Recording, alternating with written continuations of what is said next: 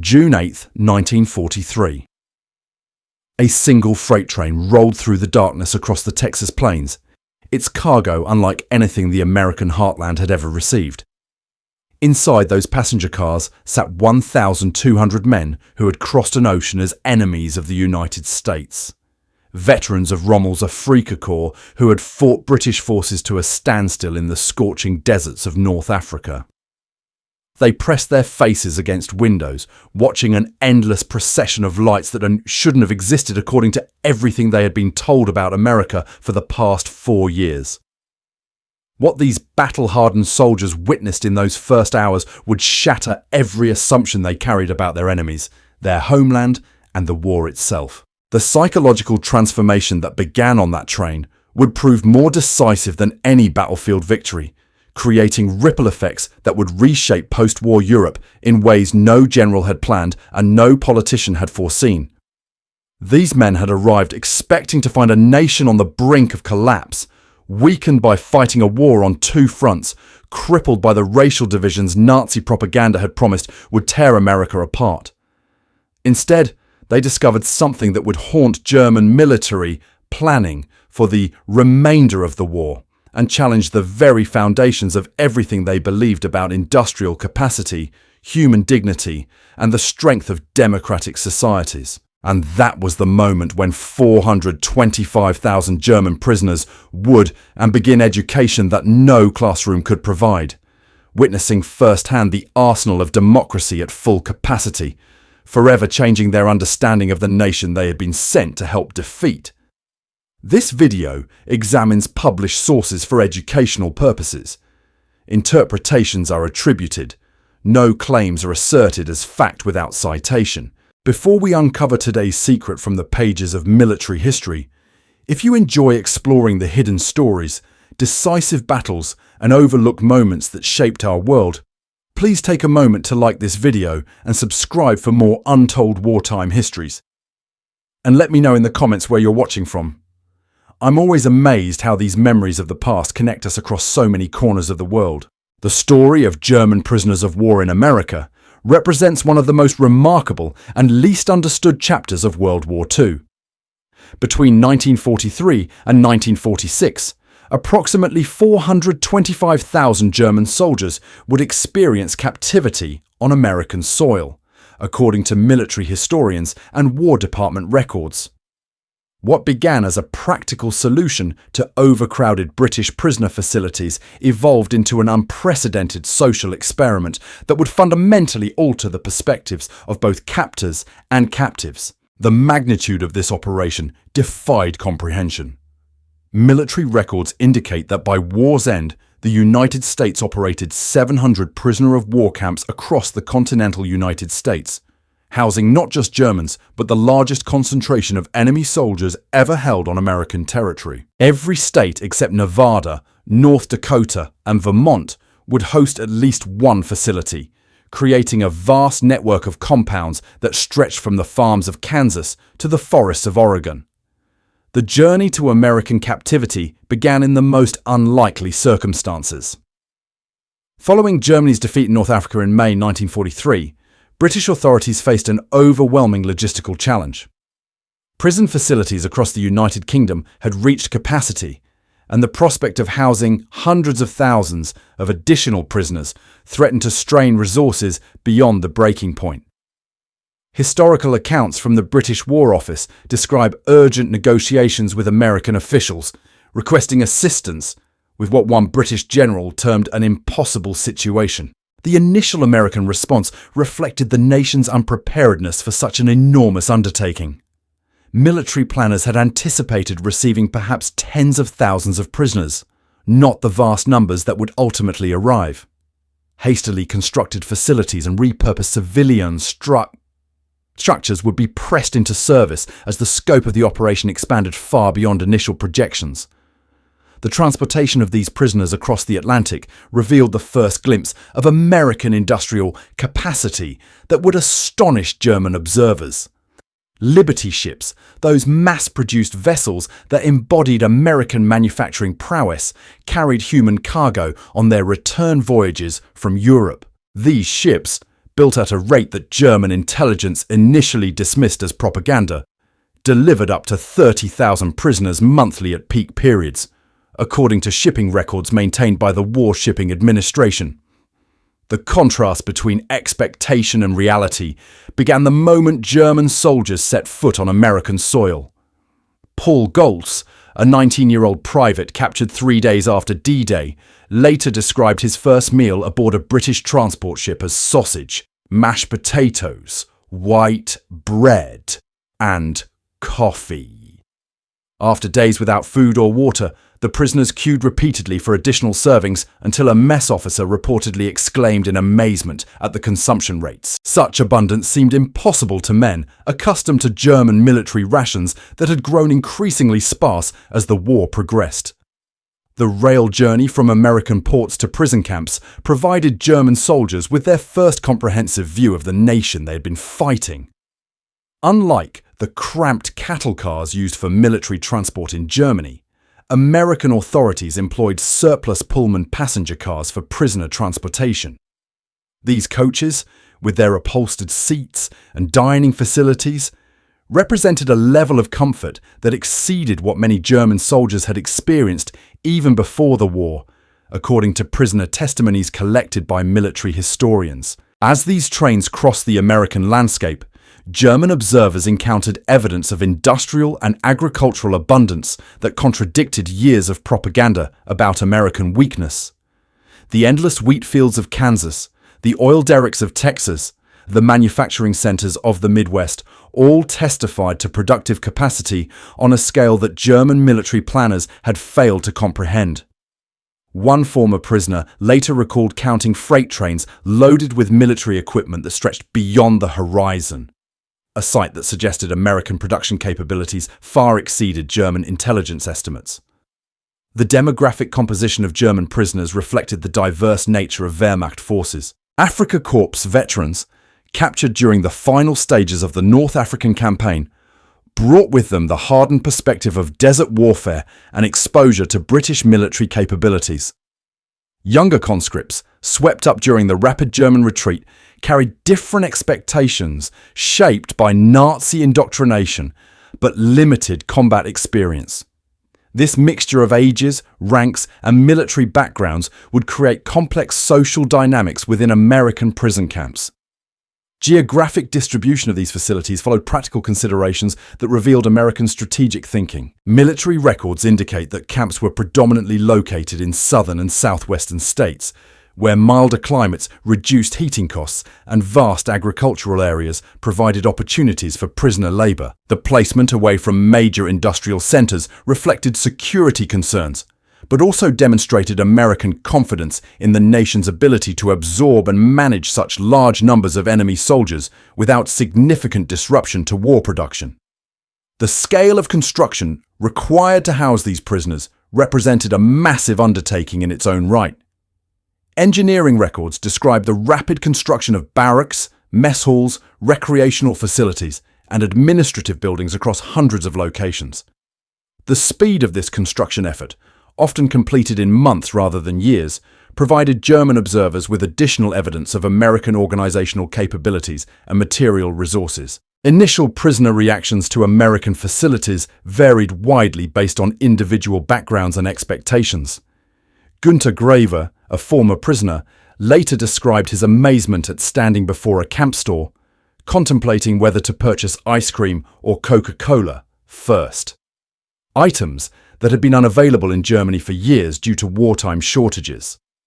Such choices, trivial by American standards, represented luxuries beyond the reach of most German civilians during wartime. The administrative framework governing prisoner treatment reflected American adherence to international agreements, specifically the Geneva Convention of these 1929. Protocols required housing conditions comparable to those provided for American military personnel, mandating 40 square feet per enlisted man and appropriate facilities for officers. Swiss inspectors and International Red Cross representatives conducted regular visits to ensure compliance, with their reports forwarded to German authorities who monitored the treatment of their captured soldiers. American authorities faced the challenge of managing not just the physical needs of hundreds of thousands of prisoners, but also the complex ideological divisions within German military ranks. Afrika Korps veterans, captured during Germany's period of greatest military success, often maintained strong allegiance to Nazi ideology and German military traditions. Younger prisoners, particularly those captured later in the war, sometimes displayed different attitudes shaped by changing military fortunes and exposure to evidence of German defeats. The security arrangements for these camps reflected both practical necessities and American democratic values. Unlike concentration camps or Soviet gulags, American prisoner facilities emphasized containment rather than punishment, rehabilitation rather than retribution. Guard towers and barbed wire provided necessary security, but internal governance often relied on German military hierarchy, with officers and non-commissioned officers maintaining discipline among their own men according to established military protocols. This approach created an unusual dynamic where enemy soldiers continued to operate under familiar command structures while experiencing American treatment and observing American society. The psychological impact of this arrangement would prove more significant than American authorities initially realized, as German prisoners found themselves comparing their treatment as enemies with their previous treatment as German soldiers. The story of German prisoners in America had only just begun, but already the foundations were being laid for transformations that would extend far beyond the prison camp fences, ultimately influencing post-war reconstruction and the development of democratic institutions in Germany itself. The logistics of managing nearly 500,000 enemy soldiers across American territory required innovations that German military observers found increasingly difficult to comprehend. Camp construction followed standardized designs that maximized efficiency while maintaining security protocols. Yet the speed of implementation defied European precedent. Military engineering reports describe facilities rising from empty fields in months, complete with electrical systems, plumbing, medical facilities, and recreational areas that exceeded the standards many German soldiers had known in their home barracks. The work program that emerged from this massive prisoner would population fundamentally challenge German assumptions about American society and racial dynamics. Labor shortages created by military mobilization had left farms and factories desperately seeking workers, creating an unexpected opportunity that American authorities approached with characteristic pragmatism. The Geneva Convention permitted prisoner employment in non-military industries, provided wages were paid and conditions remained humane. Within months of the first arrivals, tens of thousands of German prisoners found themselves integrated into the American agricultural economy. Tom Buecker, curator of the Fort Robinson Museum, later documented how initial community apprehension quickly gave way to practical cooperation as prisoners proved reliable workers. Farmers discovered that German soldiers often possessed skills that enhanced their operations, with many prisoners having civilian backgrounds in construction, mechanics, or agriculture before their military service. The wage structure established for prisoner labor revealed another aspect of American abundance that astonished German observers. Prisoners received 80 cents daily in canteen coupons, modest by American standards, but representing purchasing power that exceeded what many had earned as German civilians before the war. These earnings allowed prisoners to buy items that had disappeared from German stores years earlier due to wartime rationing and resource shortages. Keith Buss, whose family employed German prisoners on their Kansas farm, later recalled how skilled stonemasons among the prisoners constructed a concrete garage using only basic tools and improvised measuring techniques. The structure remained standing decades later, testament to both German craftsmanship and the unexpected cooperation that developed between former enemies. Such projects multiplied across rural America as prisoners applied their skills to infrastructure improvements that would benefit communities long after the war ended. The canteen system within prison camps provided German soldiers with their first direct experience of American consumer abundance. Former prisoner Günter Graever described standing before a camp store contemplating choices between ice cream and Coca-Cola, luxuries that had vanished from German civilian life during wartime restrictions. The psychological impact of such abundance extended far beyond simple consumption, demonstrating to prisoners that American society possessed resources on a scale that German propaganda had consistently denied. Agricultural work assignments exposed prisoners to American farming methods that operated on scales unprecedented in European agriculture.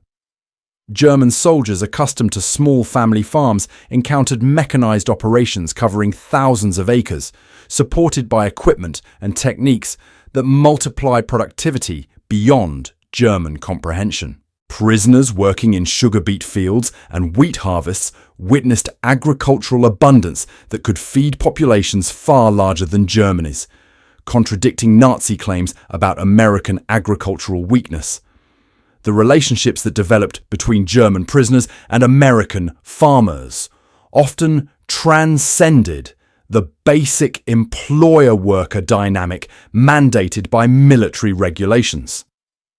Kelly Holthus of York, Nebraska, documented how prisoners working on neighboring farms integrated into daily operations, performing tasks from haystacking to livestock care with competence that impressed their American supervisors. These interactions provided prisoners with insights into American rural life that no propaganda could have prepared them to understand. The diversity of prisoner backgrounds created complex social hierarchies within camps that reflected broader tensions within German society. Afrika Korps veterans, captured during Germany's period of military success, often maintained rigid adherence to Nazi ideology and military protocol. Younger prisoners, particularly those captured during Germany's retreat from France, sometimes displayed different attitudes shaped by witnessing German military failures and exposure to evidence contradicting official propaganda.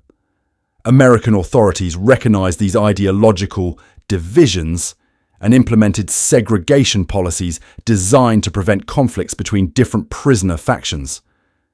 Camps designated as Segregation facilities, hardcore Nazi believers separately from prisoners deemed more cooperative or politically neutral. This separation proved necessary after incidents of violence, including murders disguised as suicides, when Nazi prisoners enforced their own discipline against those they considered disloyal to German ideals. The educational programs that emerged within prison camps represented an unprecedented experiment in democratic re-education. Camp libraries, stocked with books banned in Nazi Germany, provided prisoners access to literature and ideas that had been suppressed under totalitarian rule.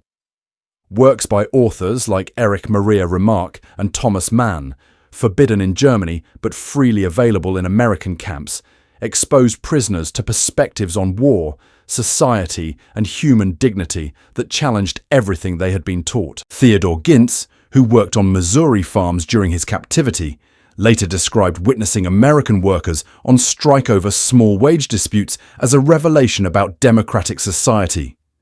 The concept that workers could organize and protest against their employers without fear of imprisonment or death represented a form of freedom entirely alien to prisoners raised under authoritarian rule. Such observations provided practical lessons in democratic principles that no classroom instruction could have conveyed. The recreational activities within prison camps further demonstrated American approaches to prisoner management that prioritized rehabilitation over punishment. Soccer matches drew enthusiastic crowds of both prisoners and guards, creating an atmosphere of competitive normalcy that contrasted sharply with the harsh discipline prisoners had known in German military service. Musical performances, theatrical productions, and educational classes provided outlets for creativity and intellectual development that had been suppressed during years of military regimentation. Camp orchestras, formed by talented musicians among the prisoners, performed for both German and American audiences, creating cultural bridges that transcended national boundaries. These performances, often attended by local American families, demonstrated the shared human experiences that war had temporarily obscured. American guards who initially viewed their charges as dangerous enemies gradually recognized them as individuals with talents, hopes, and fears similar to their own. The medical care provided to German prisoners represented another stark contrast to their previous military experience. American military medicine, operating under Geneva Convention requirements, provided treatment standards that often exceeded what prisoners had received as German soldiers.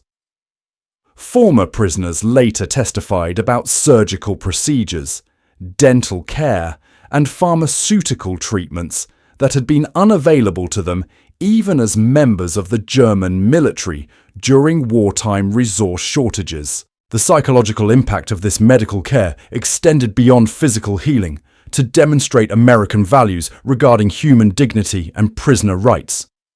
German soldiers accustomed to military medicine that prioritized returning men to combat discovered American medical personnel who treated prisoners with the same professional care provided to American soldiers. This approach challenged Nazi teachings about racial hierarchy and American character that had been central to German military indoctrination. Winter conditions in American camps provided additional evidence of resource abundance that German prisoners found difficult to reconcile with their preconceptions about American society. Adequate heating, warm clothing, and nutritious food during cold months contrasted sharply with conditions many prisoners had experienced during German winters, when fuel and food shortages affected military installations as severely as civilian areas. The contrast became particularly stark for prisoners who had experienced the final years of the war in Germany, where resource shortages had reduced military rations and eliminated many basic necessities. American prison camps, operating under international law requirements, maintained nutrition standards that exceeded what German civilians were receiving in their homeland during the same period. This disparity provided daily evidence of American productive capacity that contradicted every assumption about relative national strength. Communication with families in Germany through international Red Cross channels exposed prisoners to the deteriorating conditions in their homeland, while they experienced comparative comfort in American captivity. Letters from home described bombing damage, food shortages, and social chaos that contrasted sharply with the stability and abundance prisoners witnessed in American communities surrounding their camps. This correspondence created psychological conflicts as prisoners struggled to reconcile their improving conditions with their families' suffering. The gradual revelation of Nazi atrocities through film screenings and news reports created the most profound psychological transformation among German prisoners. Military authorities initially approached this re-education carefully, recognizing that excessive propaganda might provoke resistance rather than genuine reconsideration of Nazi ideology. However, documented evidence of concentration camps and systematic persecution proved more effective than any propaganda campaign in challenging prisoner loyalty to the Nazi regime. The showing of liberation footage from concentration camps created immediate and visceral reactions among prisoners who had believed Nazi claims about the treatment of civilian populations. Many prisoners initially dismissed these films as Allied propaganda, but the accumulation of evidence from multiple sources gradually convinced even skeptical observers that German forces had participated in systematic atrocities that violated every principle of military honor they had been taught to respect. At Camp Butner, military records document that over 1,000 prisoners burned their German uniforms after compulsory viewing of Holocaust footage, symbolically rejecting their association with a regime they now recognized as criminal. Similar reactions occurred at camps across the country as prisoners grappled with the moral implications of their military service and the true nature of the government they had sworn to defend. The transformation of German prisoners in America had progressed far beyond simple containment to become a comprehensive re-education in democratic values, individual dignity, and international law that would shape their perspectives for decades to come. The arrival of concentration camp footage in American prisoner compounds during late 1944 marked a psychological watershed that military censors had not anticipated. Unlike previous re-education attempts that relied on lectures or printed materials, These films provided irrefutable visual evidence that challenged the fundamental assumptions German soldiers held about their nation's conduct during the war. Military records from the Psychological Warfare Division describe careful planning for these screenings, recognizing that mishandled presentations could provoke riots or strengthen prisoner resistance rather than promote genuine reflection. Camp commanders received specific instructions about audience preparation, guard positioning, and follow-up discussions designed to process the emotional impact of what prisoners would witness. The initial reactions varied dramatically based on prisoner backgrounds and previous exposure to Nazi ideology. Afrika Korps veterans, many of whom had served exclusively in North Africa, displayed genuine shock at footage depicting systematic persecution they had never witnessed firsthand. Younger prisoners, particularly those who had served on the Eastern Front, sometimes showed less surprise, having observed harsh treatment of civilian populations during their military service. Dr. Maxwell McKnight, a psychiatrist assigned to monitor prisoner psychological responses, documented immediate physical reactions including nausea, fainting, and aggressive outbursts directed both at the screening materials and fellow prisoners. Some men refused to believe the evidence, attributing the footage to Hollywood production techniques or Allied propaganda designed to demoralize German resistance. Others sat in stunned silence, processing implications that contradicted years of indoctrination about German military honor and national purpose. The intellectual framework that Nazi education had provided to explain German actions began crumbling under the weight of documented evidence. Prisoners who had justified aggressive war as necessary for German survival found themselves confronting systematic murder that served no military objective. The racial theories that had rationalized conquest and occupation appeared monstrous when illustrated through the liberation of death camps and mass graves. Former prisoner Johann Weber later described the psychological vertigo that accompanied this revelation, comparing it to discovering that fundamental principles of mathematics were false. Everything he had believed about German righteousness, American weakness, and the justice of their cause required complete reconsideration in light of evidence that could not be dismissed or explained away through familiar ideological formulations. The camp newspaper that programs emerged from this psychological crisis demonstrated the depth of transformation occurring within prisoner communities. Publications like Dear Ruth at Fort Kearney evolved from simple news sheets into sophisticated discussions of democracy, individual rights, and post-war reconstruction possibilities. Prisoner editors, carefully selected from anti-Nazi factions, found increasingly receptive audiences for articles exploring political alternatives to authoritarian rule. These newspapers provided forums for prisoners to work through their changing understanding of recent history and future possibilities. Editorial discussions examined how democratic institutions might prevent the concentration of power that had enabled Nazi atrocities, while feature articles explored American constitutional principles that protected individual rights against government overreach. The intellectual quality of these publications often exceeded German civilian newspapers that had been restricted by wartime censorship and propaganda requirements. The religious awakening that accompanied ideological collapse proved equally significant in reshaping prisoner perspectives. Military chaplains documented increased attendance at Christian services as prisoners sought moral frameworks to replace the Nazi ideology that had previously provided meaning and purpose.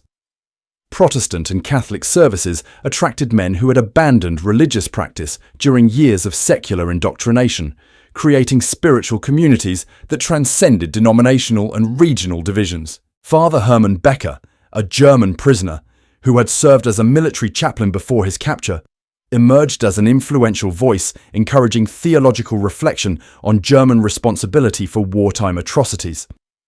His sermons, delivered in multiple camps through prisoner exchange programs, emphasized themes of repentance, forgiveness, and reconstruction that resonated with men struggling to understand their role in events they now recognized as morally indefensible. The educational programs that expanded during 1945 reflected both American objectives and prisoner demand for knowledge about democratic governance. University extension courses brought college-level instruction to camps across the country, with prisoners studying American history, political science, economics, and literature with enthusiasm that surprised their instructors. Harvard University professors traveling to Camp Devens found German students more engaged and better prepared than many of their civilian counterparts. These academic programs created intellectual bridges between former enemies that transcended immediate wartime concerns. American professors discovered that German prisoners often possessed sophisticated understanding of European history and culture that enhanced classroom discussions, while prisoners gained exposure to American intellectual traditions that challenged stereotypes about New World cultural sophistication.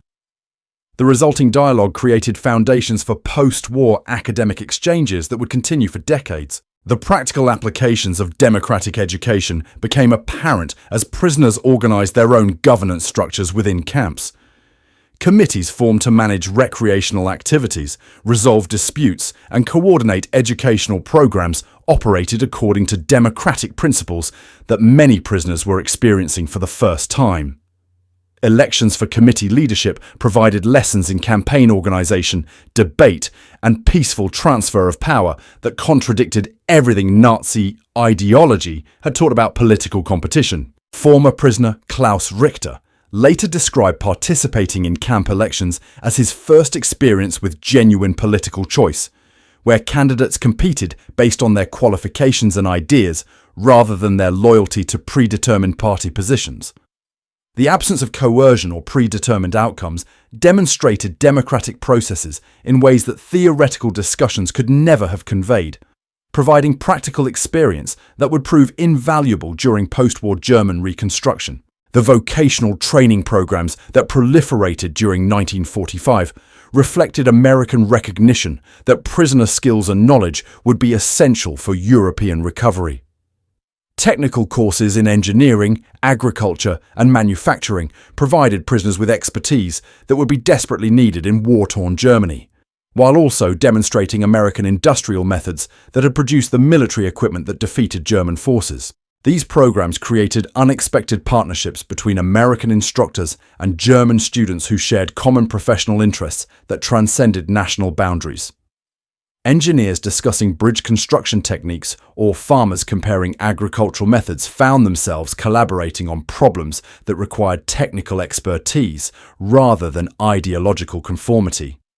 Such cooperation provided models for international professional relationships that would become crucial during post-war reconstruction efforts. The cultural exchange programs that emerged spontaneously in many camps demonstrated the human connections that could develop between former enemies when political barriers were removed.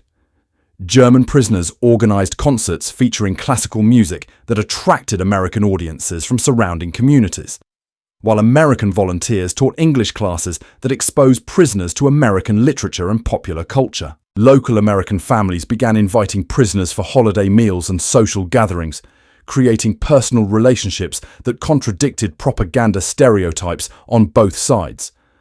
These interactions provided Germans with intimate glimpses of American family life, democratic discussion, and religious practice that complemented their formal education about American institutions and values. The economic education that prisoners received through their work assignments proved equally transformative in challenging Nazi theories about capitalist exploitation and democratic weakness. Prisoners working in American factories observed labor relations that included union representation, safety regulations, and wage negotiations that contrasted sharply with the authoritarian control they had known under Nazi labor policies. The concept of collective bargaining particularly fascinated prisoners who had been taught that worker organization inevitably led to communism revolution or economic collapse. Instead, they witnessed negotiations between labor and management that produced compromises beneficial to both sides while maintaining productive efficiency. These observations provided practical lessons in democratic economics that theoretical discussions could never have conveyed as effectively. The gradual revelation of Germany's military collapse through American news media created additional psychological pressure on prisoners who had maintained hope for German victory despite their own capture. Reports of Allied advances, German cities falling, and military units surrendering en masse forced prisoners to confront the reality that their sacrifice had been for a lost cause, led by leaders who had deceived them about both military prospects and moral purposes. The announcement of Hitler's death in April of 1945 provoked varied reactions that reflected the diverse ideological positions within prisoner communities. Hardcore Nazis mourned the loss of their leader while blaming military failures on treacherous subordinates, while other prisoners expressed relief that the war might finally end. The majority seemed stunned by the collapse of the regime they had served, uncertain about what German defeat would mean for their personal futures and national identity. The preparations for repatriation that began in early 1945 forced prisoners to contemplate returning to a homeland they might not recognize after years of bombing, occupation, and social upheaval. American authorities recognized that these men would play crucial roles in German reconstruction, making their re-education and positive experiences in America strategically important for post-war stability and cooperation. The farewell ceremonies that marked the end of captivity for different prisoner groups created emotional moments that surprised both Americans and Germans with their intensity. Men who had arrived as enemies were departing as friends, carrying with them experiences and perspectives that would influence their contributions to German recovery and democratization for decades to come. The transformation of German prisoners in America represented more than successful enemy containment. It demonstrated democracy's power to convert opponents through example rather than coercion, creating advocates for democratic values who would help rebuild Europe according to principles of human dignity and individual freedom that their captivity had taught them to understand and respect. The summer heat of 1945 pressed down on Camp Concordia, Kansas, as German prisoner Hans Müller stood in the canteen line, contemplating an impossible choice between chocolate bars and cigarettes. 2 years earlier, such luxuries had been fantasies in war-torn Germany. Now, with 80 cents in his pocket and shelves stocked with goods unavailable to German civilians, he faced abundance that challenged everything he had believed about American weakness and German superiority. Behind him, fellow prisoners debated in hushed German whether to send money home to families struggling with Allied bombing and Soviet occupation, or to save earnings for an uncertain future. The irony was not lost on these men who had crossed an ocean as conquerors, only to discover that captivity in America provided better living conditions than freedom in their homeland. The psychological transformation of German prisoners was accelerating beyond American expectations, creating unforeseen challenges for military authorities who had initially viewed prisoner management as a simple containment operation. Camp commanders found themselves managing not just physical security, but complex emotional and ideological transitions that would determine the future of German-American relations for generations. The correspondence programs that connected prisoners with American families represented an unprecedented experiment in international understanding. Through carefully monitored letter exchanges, German soldiers developed personal relationships with the families of men they might have faced in combat. These connections transcended national boundaries and wartime propaganda, creating human bonds that military planners had never anticipated. Mrs. Dorothy Luetchen of Nebraska initiated correspondence with German prisoners working on neighboring farms after observing their competence and character during agricultural seasons. Her letters, preserved in family archives, document evolving relationships that began with basic information exchanges and developed into deep friendships that continued long after the war ended. The Luetchen family eventually travelled to Germany to visit former prisoners, creating international connections that influenced both families for decades. These personal relationships provided Germans with intimate insights into American family life that no propaganda could have conveyed. Letters describing American holiday celebrations, family gatherings, and community activities revealed social structures based on voluntary association and mutual support rather than authoritarian control.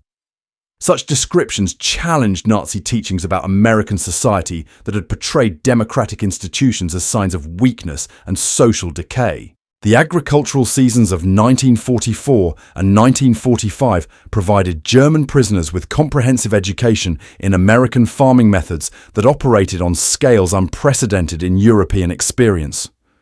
Prisoners working wheat ests in half Kansas encountered mechanized operations covering thousands of acres, supported by equipment and techniques that multiplied productivity beyond German comprehension.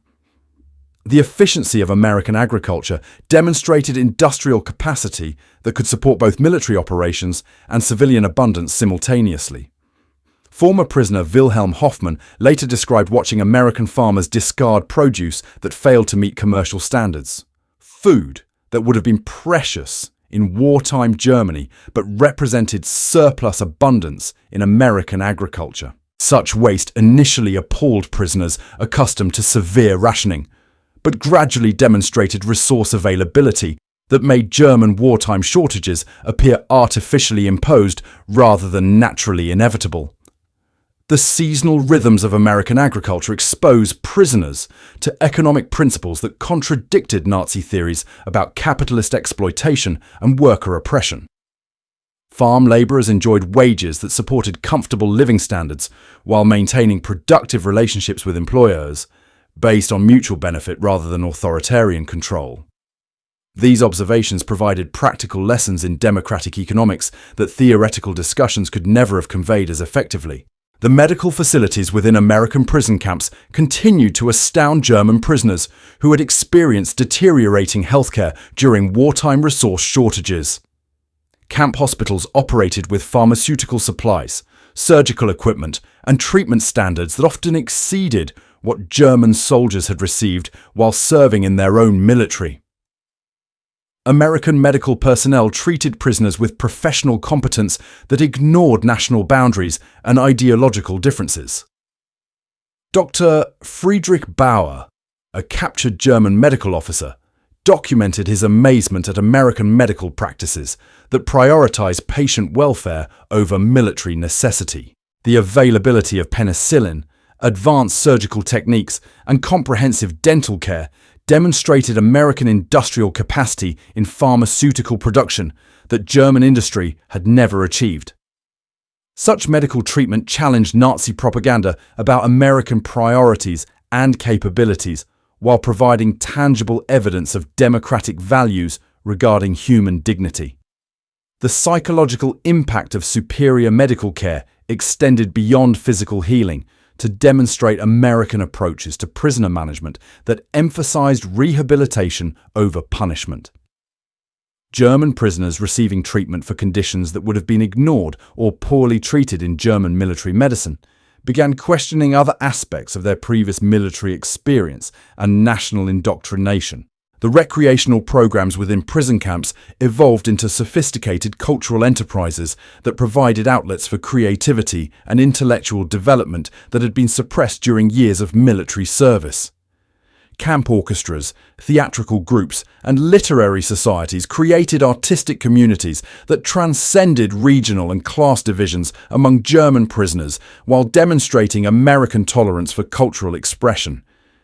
These cultural activities attracted audiences from surrounding American communities, creating artistic exchanges between former enemies that revealed shared human experiences transcending national boundaries. Local American families attending German musical performances discovered artistic traditions that challenged stereotypes about enemy culture, while prisoners gained appreciation for American hospitality and cultural curiosity that contradicted Nazi teachings about American character.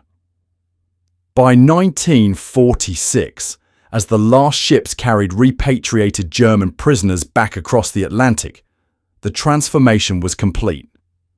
These men returned to a devastated homeland, carrying with them something more valuable than any military victory could have provided: a living education in democratic principles and human dignity that would help rebuild Germany from its ruins. Military historians suggest that the 425,000 German soldiers who experienced American captivity became inadvertent ambassadors of democracy. Their testimonies about American abundance and fairness challenging Nazi ideology more effectively than any propaganda campaign ever could. The prison camps that began as simple containment facilities had evolved into classrooms where former enemies learned the true strength of democratic societies, not through coercion, but through example. This story reminds us that even in humanity's darkest conflicts, understanding and redemption remain possible when we choose dignity over vengeance. What other untold stories from our past might teach us about the power of treating even our enemies with humanity?